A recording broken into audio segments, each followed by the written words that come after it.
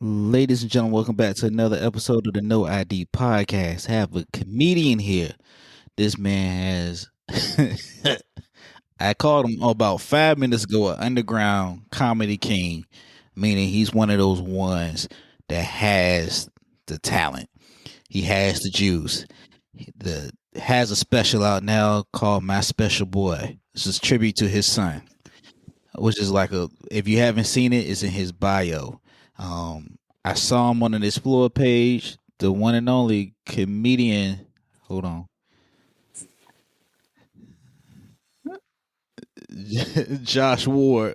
What's going on, pimp? Hey, what's up, man? What's up, Rome? How's everybody doing? What's good? It's good, What's good, bro? Let's just get into it, man. man. Well, first of all, let me say thanks, man. Glad to be here. Appreciate the opportunity. Glad to be on your platform, man. It's an honor. I appreciate it. Shit is. I appreciate you even coming on my platform. No doubt, You no know what I'm doubt. saying? I am a fan. I respect the work, man. It's gonna sound crazy, but you did say moisturize my sexy about 10 seconds ago. Hey, yo. Hey, sometimes it's necessary, especially when you this dog black. You know what I'm saying? The ash real good on dark surfaces. You feel me? Gotta make sure I'm lubricated. Pause. No diddy. Pause. No diddy. Resume. The special, your special, my special boy was a tribute to your late son Michael. Yeah. And one of the things I liked is what a lot of comedians have done.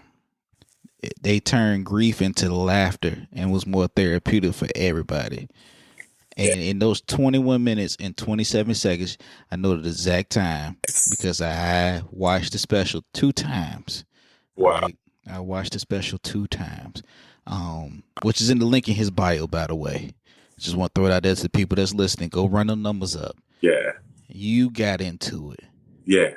You turned what Kevin Hart says, laugh at my pain. You did what Richard Pryor had talked about when his special live in California or any previous special that he did. And I salute you on that because it takes a lot of guts and a lot of creativity for somebody to take some that's supposed to be tragic and flip that and bring us into their world. Because I'm sorry to be rambling. You see a lot of comedians making up these fake ass stories all the time. Yeah. And you're like, you know they're not believable. Right.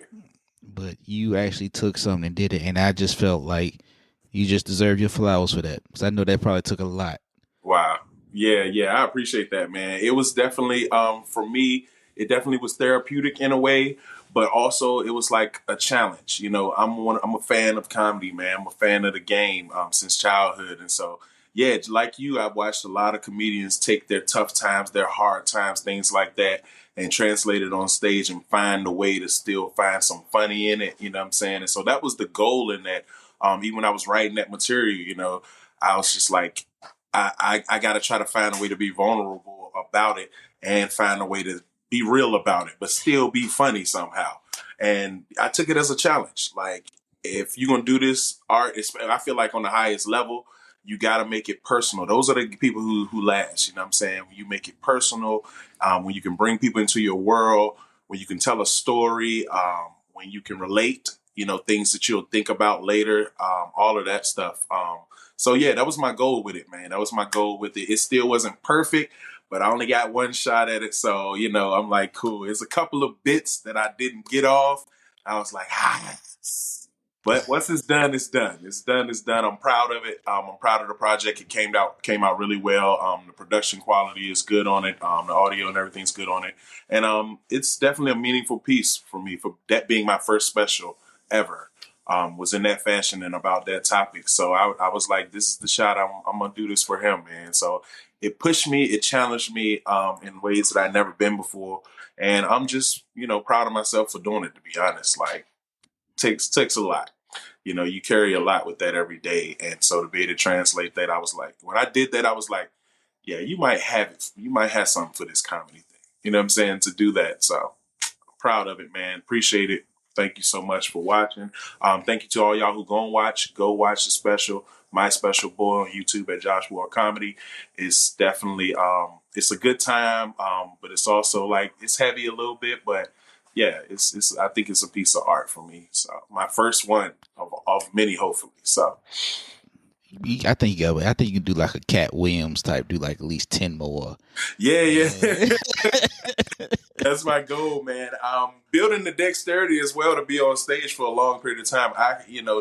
At this point, to be able to do, an hour or something like that. But my first special, I was like, I don't want to stretch out too much. I'm a flip, and I didn't have that much time either, because the show that I did it on, there were time limits. It wasn't completely about me for real. But I just capitalized on the opportunity. Everything fell in place for me to be able to do it. And my boy, shout out to Mukazo, who gave me that opportunity, man. He let me get it, do my thing. He was like, yeah, I'll let you come in and tape it. You have one shot though. You're not gonna do no redos. You're not gonna be able to come back and reshoot it. So you better get off what you want to get off. And I wanted to kind of display a little bit of my reach a little bit comedically. I wanted to do a little crowd work because I love crowd work. So I wanted to do a little crowd work too, and just display some of the talents and skills that I'm trying to work on, man. That's all. I'm trying to get better. Trying to get better. how long have you been in the comedy game? Shout out to McCuzzle, by the way. Good guy. Because yeah, that's big bro, man. This is going on 3 years now, so I'm kind of early for real. But they call me the young vet. Like, you know what I'm saying? Like I'm a little ahead of my time as far as how long I've been doing it and ability, and that's how kind of what I want to do because I'm older, man. I'm older in the game. When I'm out of these mics and these young kids getting up 24, 23, 25, I'm like, man, if I'd have been doing this when I was 22, 23, oh my gosh, I'm almost 40 now. You know what I mean? I got to shave some of that time off. I got to try to make up for lost time. So, Facts. And that's impressive. You had 20 minutes of material in 3 years. There's some cats in the game that don't have 10 minutes of material. yeah, no, that's starting out, man. To be honest, I was terrible at writing jokes. I was just funny, just naturally funny. And tried to, translate that on stage. That's why crowd work I love so much because I just get to be me and be funny. But like that was my challenge. Like you got to learn how to write, construct a joke, and you know what I'm saying, punchline, punchline, tag, misdirect, all the comedic skills that exist. That's been my challenge since I started. And it's because I've like pressurized myself in that way, I think it's paid off a bit, man.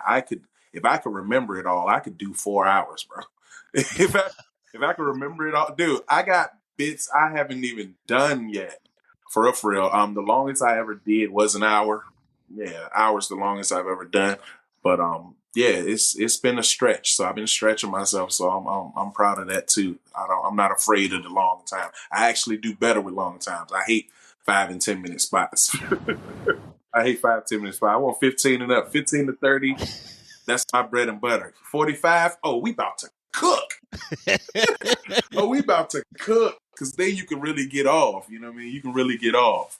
So cut that time down and grabbing your audience and getting them to your pressure point or your level. You know what I'm saying? It's like every comic gets to set the tone of the room. And so the quicker you can do that, the more effective you can be. Right. And so when you got more time, you got time where you can kind of like slow walk it. But when you got the short time, you got to hit it and quit it, baby. Like James Brown said. You got to go in, man. Yeah. So, bro, imagine they had an open mic where everybody get 45 minutes. oh my gosh. You just show up at your time or something. Jesus Christ. Coming to the stage. God damn, another one. That's the crazy part. But that's like the hardest part of comedy, man, for me anyway, because you got to get better like 4 or 5 minutes at a time. You know what I mean? Yep. Go to these mics and spend hours to do 5 minutes of comedy. You know what I mean? Spend hours to do 4-minute spot, that kind of thing. So, and I'm getting to the place now where I'm like writing longer bits. Like I want to try to write out stories more and stuff. And it's just not enough time to be able to get to where I want to get to in that way. So it's hard sometimes. I got to come in sometimes and like do the first part of a bit and then go to like another mic and like do the next part of a bit or the back end of a bit I know I need to work on, but I still got to lay a foundation from the first part so that the back part makes sense. So you kind of like try to speed through the beginning points that's going to give it cohesion and then work on the thing that you really want to work on. It's even an art to practicing comedy if you want to be effective at it. I mean, if you just Facts. go to mics and just recite the same thing over and over again, then that's different. But you want to get better, I believe, when you go out. You want to learn something about the bit, learn something about the language, learn something about how you wrote it, learn something about how the crowd receives it. That right there makes you hone a bit and make it better and better and better. So that's the goal most of the time, man. I've been working on that more. So yeah, yeah. Yeah, I got into when I first started, just like you, I was horrible, horrible. And the only reason this podcast exists because I had a show so bad, the lady threw a chicken bone at me. Yikes. Right? She threw a chicken bone at me and cussed me out for being bad. Wow. I said, "Oh, I'm gonna quit this shit." That make you quit, man. I'm gonna be honest. Was it a leg or a thigh? Wing or breast? What did she hit you with? She hit me with a thigh bone. The thigh bone. That's the Thigh bone. girthiest bone, you know. That thigh bone got the most weight on it. You know what I mean? Besides that leg. Yeah, I was so. My mentor, because I went to comedy school, my mentor, the V on 35th Street, Marlon Hargrave and James Cooper, those two guys was telling me, just like you was talking about 5 minutes, they taught me how to take 5 minutes. Then once you do your first 5 minutes, you add on another 5 minutes. Then you add on another 5 minutes. Then you add on another 5 minutes. Then you got a quality built set. But you also got a way, if you got 15 minutes, if one of those 5 minute sets don't work, you can pivot in and out of those other 10 minutes. It's just ridiculous. What I did like about you had on your special, the P joke. Oh, yeah. Which I did too. I think I did. I did one with my son and one just for guys or whatever. Yeah, the P joke. Oh, okay, I got Both of them, the P joke, and then you did a little crowd work. you. Mm-hmm. But what you had did was you said you wanted to talk about your sons, and I think you did it within like the first 10 minutes. I got to go back and watch it again. I'm more than likely go back and watch it again tomorrow. And I was like, okay, he's cooking, right? Mm-hmm. And I said, this is. Excuse me, I don't know if you're a cuss, but this is fucking genius. Oh, no. Yeah, you saw my special. You know I cut. Yeah. I'm like, I don't know if you really. You know how some people cuss on the stage, but then they come home like, I do cuss on stage and not in regular life as often. Yes, that's true. I do cuss on stage. I'm like, this is amazing, right? You can't help yourself. Okay. I appreciate that, bro. Like straight up, I appreciate, you know what I'm saying, that because it means something to me when people actually connect with the work, you know what I'm saying, connect with what I put out. That really matters. And I had a comic come to me recently, like a OG I respect, and he was like, yo, I saw the special, bro. That's tough stuff, man. Like that jump was good. Like you can see the skills and everything you did. I was like, bro, I appreciate that. That matters to me. Because you want your peers to at least respect what you do. Mm-hmm. Even if they don't like you as a person, you know, I want them to be like, hey, but he be cooking. He cooks now. So yeah, man, I appreciate that, bro. You threw the jokes on the grill. You served them up. I was like, okay, yeah, like a little crowd work in there because it was an older lady that was somewhere in the corner. This is the Richmond Funny Bone. I've only been there like 3-4 times to perform. So I was like, okay, bet. Yeah, I'm all over the place because that takes, like I said, that takes courage. Because the reason I connect with yours, I lost my father back in 2020. Wow. Not 2020, excuse me. I lost him 2 years ago, 2023. He was diagnosed in 2020. Okay. And so, I had diagnosed with what? Stage 4 pancreatic cancer. Okay. Stage 4 pancreatic. And he was the reason why I got into comedy. Condolences, by the way, sorry. Yeah, it was appreciated. Yeah.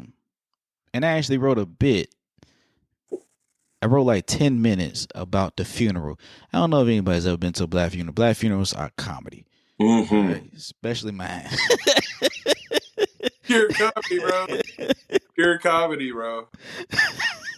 So I was like, and I'm saying this because I tucked away the 10 minutes that I wrote about my father's funeral and his diagnosis and stuff. And I tucked it away. And I was like, I ain't telling these jokes no more. Because one time I did it, I didn't do it right. And someone's like, oh. Yeah. But then somebody came up to me and said, my condolences, but that shit was funny. I was like, Okay. Yeah. You kind of not kind. You gave me the inspiration. Like maybe I just need to bring this back out one more time, a few Hmm. more times, and That was see what's that. what your experience was. That was my experience at the open mics trying to work that stuff out. I'm not gonna lie. It's hard to get up there and tell jokes about stuff like that and the crowd not get emotionally connected to it immediately.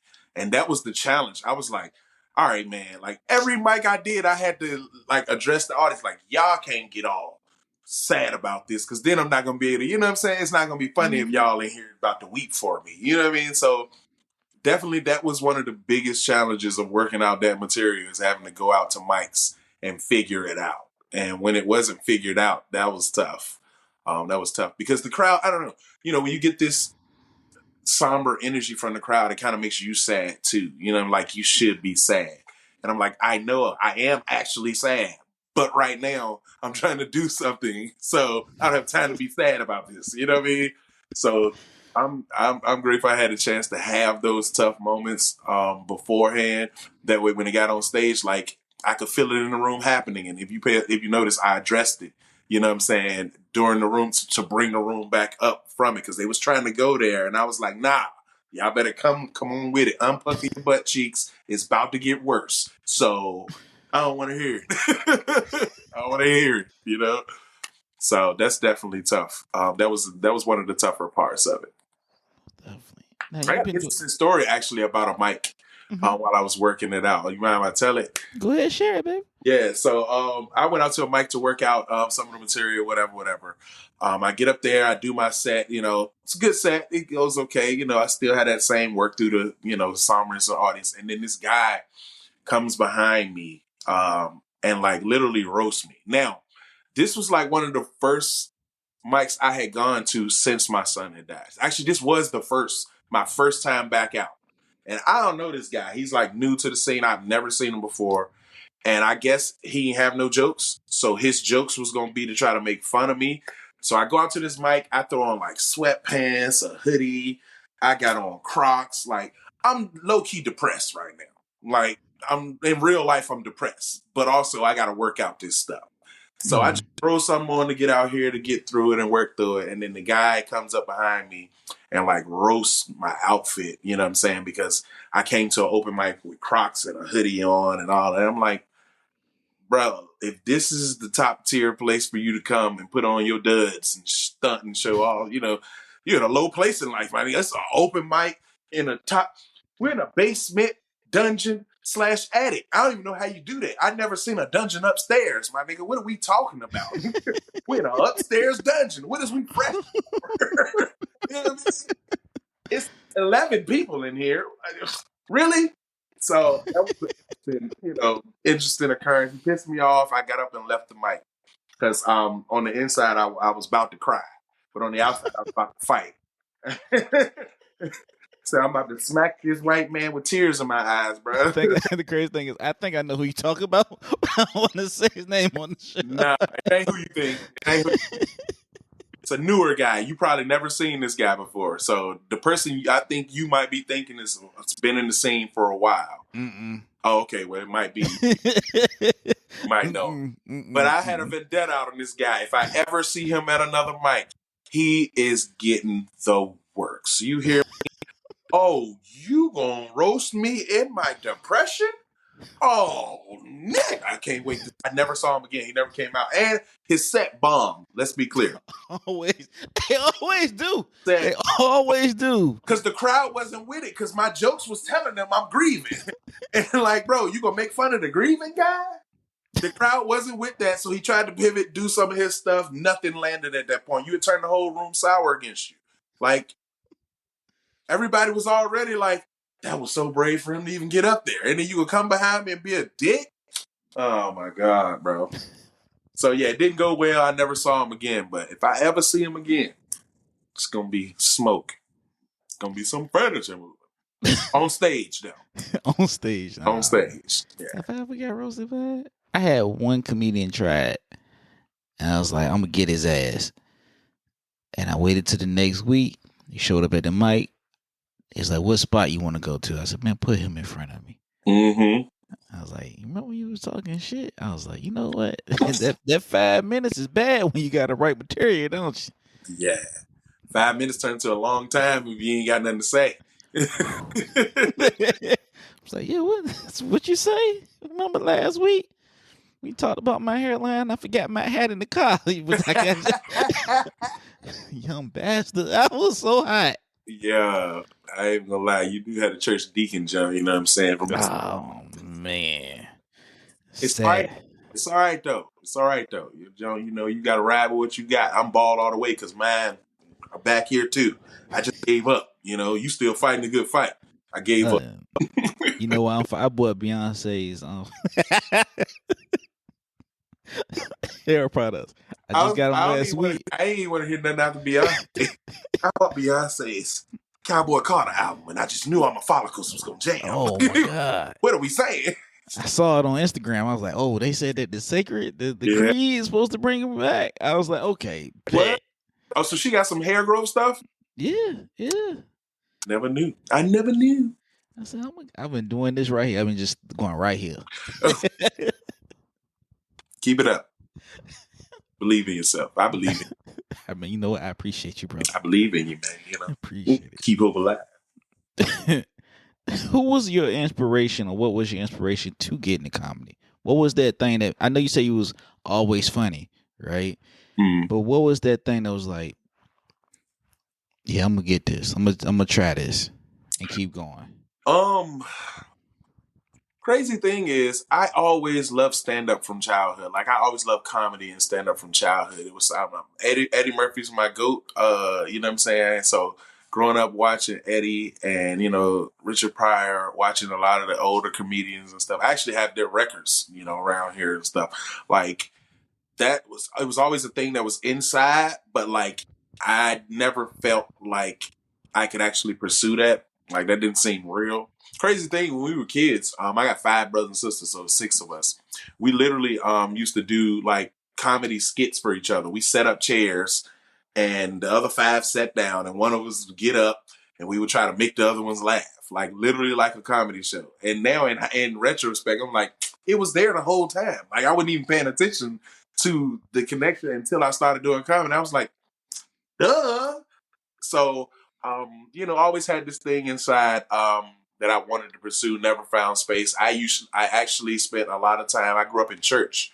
So my mom and dad were both like ministers and stuff. So I grew up in church. So I was always up speaking. They used to make us go to the front of the church, recite stuff, and memorize scriptures and stuff. This is old school. You grew up in the 80s and stuff. You didn't have a choice. You had to. Everybody that live in this house, you know what I'm saying, got to go in the black family if your parents or whatever went.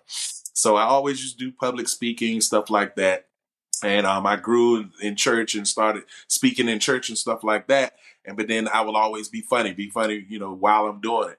And so part of me was just like, I want to try to pursue this. So I tried to actually get my church to do this little like stand-up comedy / preacher night thing where it's like a comedy show. I wanted to call it the stand-up preacher, where it's like, like a preacher that's actually got not do stand up, but it was like a play on words, basically. You know what I'm saying? Stand up guy, stand up preach, that kind of thing.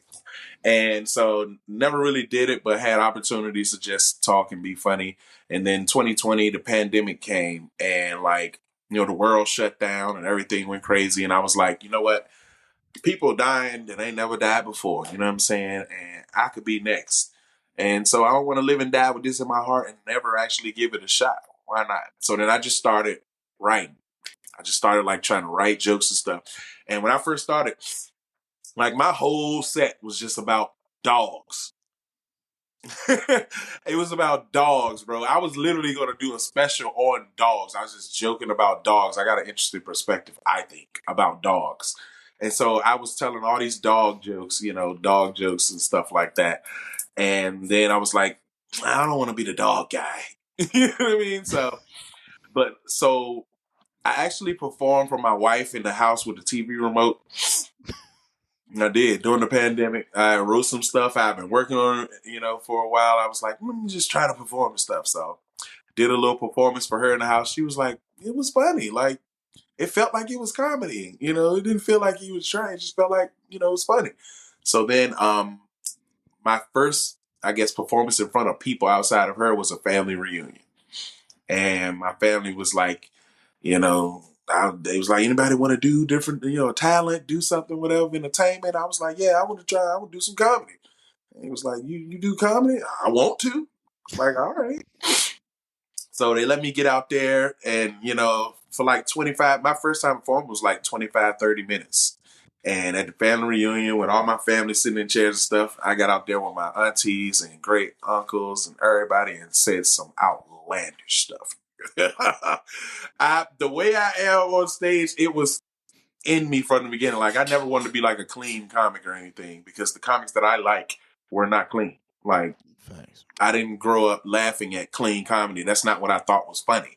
So I was like, I want to be true to my identity. I told them from jump, I was like, I'm about to say some wild stuff. Y'all gonna be all right? He was like, go for it. And so all my cousins and them out there, whatever, and I'm telling some wild jokes. And they was like chuckling a little bit, but they couldn't laugh because like your mom sitting over there. You know what I mean? My grandma's out here. Great grandma's out here. End of the jump, they came to me after everybody, you know, the end of the night, once all of the older people leave and the younger people stay and turn up a little bit, they was like, yo, you was funny as hell, bro. I just couldn't laugh because my mama was here. You know what I mean? So I did that. And from there, then on, it was like, if I can perform in front of them, I can perform in front of anybody. Like, that was the most wild audience to tell these types of jokes in. They all, you know, they real religious. I got a Christian family and stuff. Yeah. And I was cussing. I was telling dick jokes. I was all the things, bro. Oh, shameful stuff that you never say in front of those people other times. So some of my family, they love that I do it. They don't love my material, but, you know, they like that I'm doing it and whatever. So it started from there. And then my first opportunity, my first time actually doing out public was in a comedy club, which is rare. You know, it was an open mic that Sandman Comedy Club. We used to have. Mm-hmm. I remember you was in a competition at Sandman with me actually. That shit was so horrible. Yeah, well, you were in competition with me. I made it to the finals in that joint. But we weren't on the same night, so I never saw you. But yeah, the Sandman was the first place I ever did it outside of that. And once I did it that night, I was hooked. I was like, oh yeah, this is it right here. My set wasn't great, but like I had the bones. You know, I had the energy. I was quick with it for a little bit. I was like, I think I can do this. And from there, that was in 2022. Yeah, like 2022. That was like everything opened up. You know, the world started letting us back outside. Yeah, it was. Yeah. And they started back doing the mics or whatever, and that was it. And from there, it was like, I'm in there. And so I've been doing it ever since, you know, doing it ever since, man. Sandman was my shit because Yeah. it was, but Yeah. that was my jam. That competition showed me about preparation. So I was like, well, I'm gonna go ahead and just do the same shit that's been working. Blah blah boom. I done did this set already. Ain't nothing but 5 minutes. I just wanna, make sure I get it to the finals. Boy, I ain't prepped none of the shit that I was supposed to rehearse. I get up there. I'm like, all right, this is where I learned really how to get into the bag. They said the whole set of the time was like, I'm not doing no jokes. I'm just gonna bring you on and give the rules. I'm like, what? And who was first? I was. Oh man. I go up there. I had cotton mouth. I'm like, yep. And I had another comedian. He was right there beside me. We cool. It was like, yeah, bro, we ain't making it. We kept hearing everybody say, I was like, well, I'm off on Monday. I can drive home, sleep in, and watch this night. It's a wrap. It's a wrap. The preparation, man, that prep. But no, that's crazy because my Sandman experience was a little bit opposite. mm-hmm. I wanted to go out here and do new stuff. And so I'm like, yeah, I'm about to hit him with this new joint, this right here about to be fired. Do not go into a competition and try to do new material is what I learned. Do your old stuff that you solid on and you cool on, you know what I mean? Get up there and be confident, wreck. And that was the biggest lesson I took away from it. I'll never try new material in a situation where that counts like that. You know what I mean? So the finals jump, I did okay, but in my first night I cooked and made it to the finals round or whatever. But they shortened it. I felt like that robbed, a lot of, because remember it was supposed to be longer, but then the place was gonna shut down, and they end up just Mm-hmm. going straight to like the finals. They took the people that whatever and changed the format, but it was supposed to grow from that 5 minutes to 15 minutes, that kind of thing or whatever. Mm-hmm. And that's where I was gonna excel. I was like, plenty of these guys can do 5 minutes, but when you get to 10, 15, that's deep water. That's deep water right there for a lot of comics, and I knew that. And so I was like, psh, if I make it past the first round, it's a wrap. Because with the longer time, I'm a cook. But then they cut it, and they was like, no, we're not doing all the rounds and stuff. We're gonna wrap it up. We're gonna let this be the finals. Blah blah blah. And I was like, oh, all right, whatever. So, yeah, I learned a hard lesson that during that experience too. And don't let other comments get in your head. That's another lesson I learned. Don't let other comments get in my head. As I was off kilter that night because another comic made a comment in the comics meeting that kind of like threw me. You know what I mean? It's always a little shade. You know what I'm saying? Yeah. Sometimes, and so Yeah. another comic made a little comment and it kind of threw me, and I wasn't as sure in myself when I got up there as I usually am. And I said, I'll never do that again. I'll never do that again. I'm gonna cook despite whoever in the room thinks what. I don't care about what no other comic think. The only thing that matters to me is that audience. That's it. Because you can deny whatever you want. You can say whatever you want. You cannot deny laughs in the crowd. Mm-mm. And that's the goal. Laughs in the crowd. I don't care what you think about me. I don't care whether you think I deserve or you think I'm as good as people say, whatever. Laughs in the crowd. Every room I go in and it's an audience, I'm cooking. That's what I Facts. vowed from that point on. I'm cooking. I don't care nothing about the comics, who in there or what. Nope. Ain't got nothing to do with me. Me and this audience is all that matters. Since I've adopted that, it's helped me a lot. Because it's hard to go to open mics and the room full of 25 comics and 2 crowd members. You know what I mean? I hate that. I hate that. You know what I mean? Because then the comics sit back there and not try not to laugh, especially if they don't like you or whatever. They just sit back there, ignore you, start reading, start take out their phone, and you think you're not doing a good job, but they just not. It don't matter what. Nah, And they walk up to you like, yeah, you had a good set. Motherfucker. nah, not Nah. even, not even. So yeah, I learned a lot from that experience too. That Sandman was interesting. That was the first and only competition I've been a part of.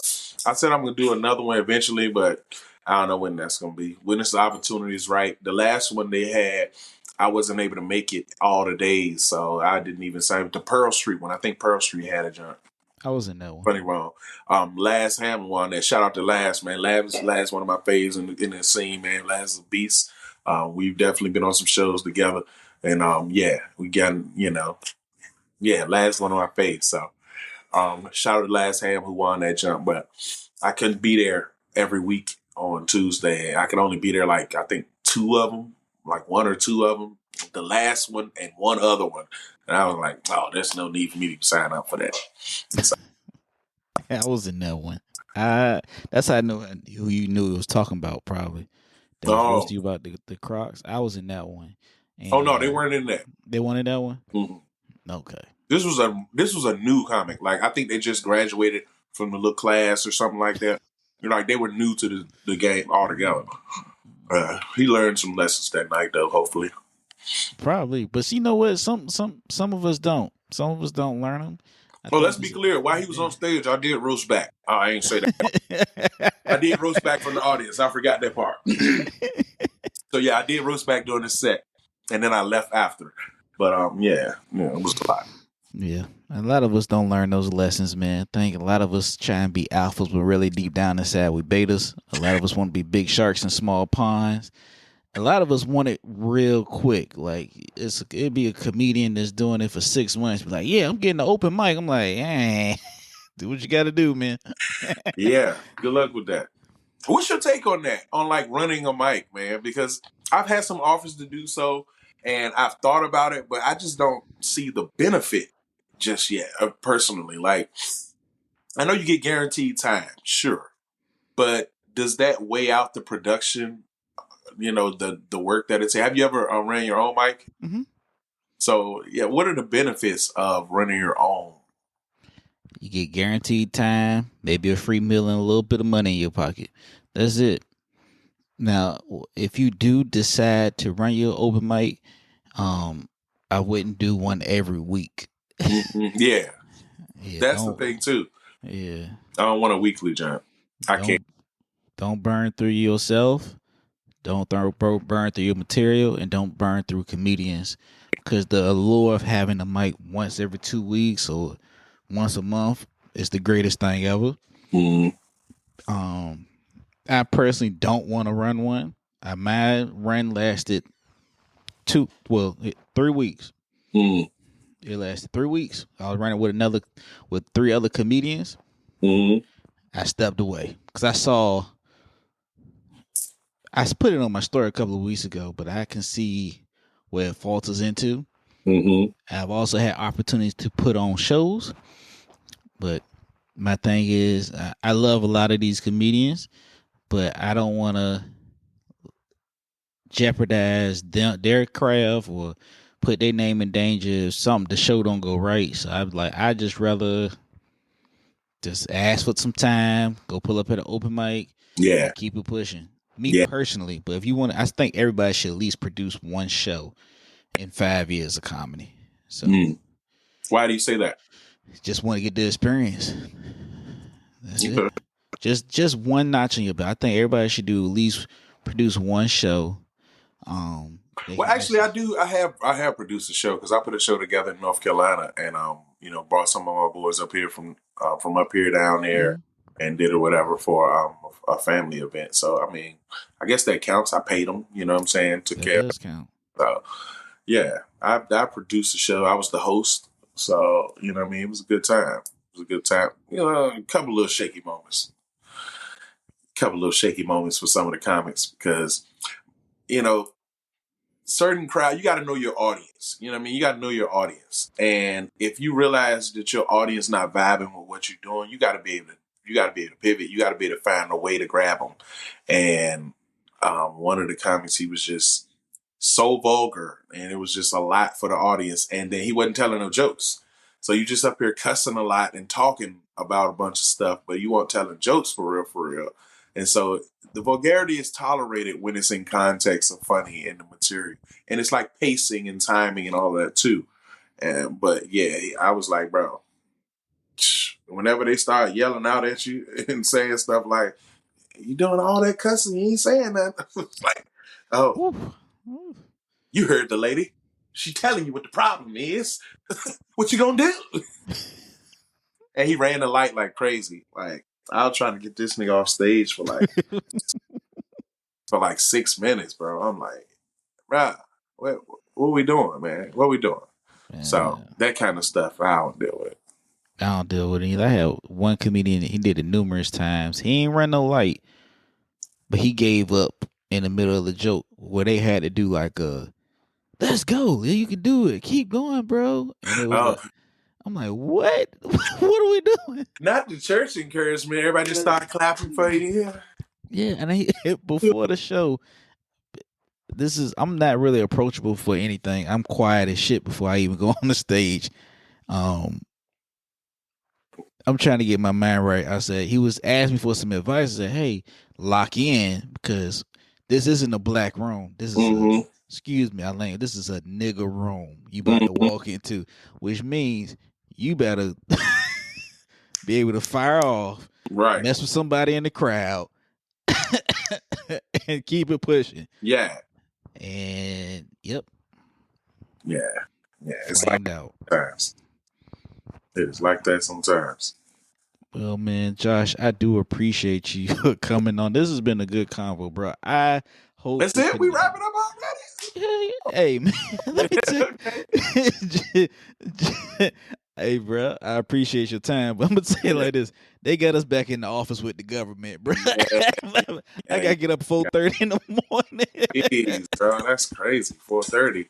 Nice. The earlier you wake up for the job, even more you hate it. 4:30, and I gotta get to work at 6. Yeah. So this man. I feel that, man. I understand. But I do appreciate it, man. And all I just want to say is, bro, I just may sound weird. I ain't glazing or whatever these terms. I'm proud of you, bro. I appreciate that, man. I ain't glazing at all, man. I appreciate that, bro. You if you need anything, just DM me because obviously I need to get this new email address worked out because that's some shit my sister helped me set up. Yeah. I checked my email a few times and yeah, I was like, nah. You know, you can get in the search bar, try to be specific. I'm pulling up stuff from 2013. I was like, ain't no way. No way I that know far. I Not said that deep in the trenches. So yeah. I'm glad. At least we send it multiple ways, so I appreciate it. So I can have everything to be locked in. It was a pleasure, man. Enjoyed it. hey man.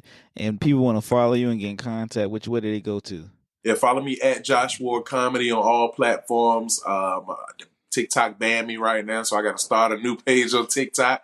That's a whole nother story we could have got into. Yeah, follow me at Josh Ward Comedy on all platforms, man. There's another Josh Ward out there that's more famous than me. He's a musician, so put comedy at the end of it. Josh Ward Comedy. That's how you find me. All right, don't just put Josh Ward. Yeah, hit me up, like, subscribe, share, follow, all the good things. And follow me at Comedian Rome and on Instagram, No ID Podcast, at Comedian Rome Davis on YouTube. But if you hit the link in the bio, you can get all that stuff and more. TikTok, I don't be up there because Josh talking about he banned.